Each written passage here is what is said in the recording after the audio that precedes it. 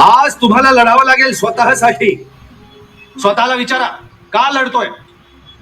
उत्तर नाही मिळालं तर मी सांगतो, स्वातंत्र्यासाठी. हजारो वर्ष गुलामीत काढलीत ना, आता ती गुलामी हटून स्वातंत्र्याचा सूर्य उगू पाहतोय शिवाजी महाराजांच्या रूपाने. त्या सूर्याला ग्रहण लागू नये म्हणून आज लढायचं. मला माहितीये तुम्ही सगळे दमलेले आहात, त्रासलेले आहात, जखमी आहात, पण आज हे असं सोडू नका. या जखमांकडून, तारवटलेल्या डोळ्यांकडून, धपापणाऱ्या छात्यांकडून बक्षिसी वसूल करा. तुमचं युद्ध गनिमाशी नाहीच आहे. तुमचं युद्ध आहे कमजोरीशी. आज तुमचं युद्ध आहे काळ बनू पाहणाऱ्या वेळेशी. तुमचं युद्ध आहे अफाट संख्येचा गनीम पाहून मनात वाटणाऱ्या भीतीशी.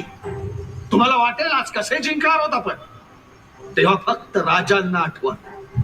या दरडीच्या छाताडावर पाय रोवून उभे राहा आणि लढा.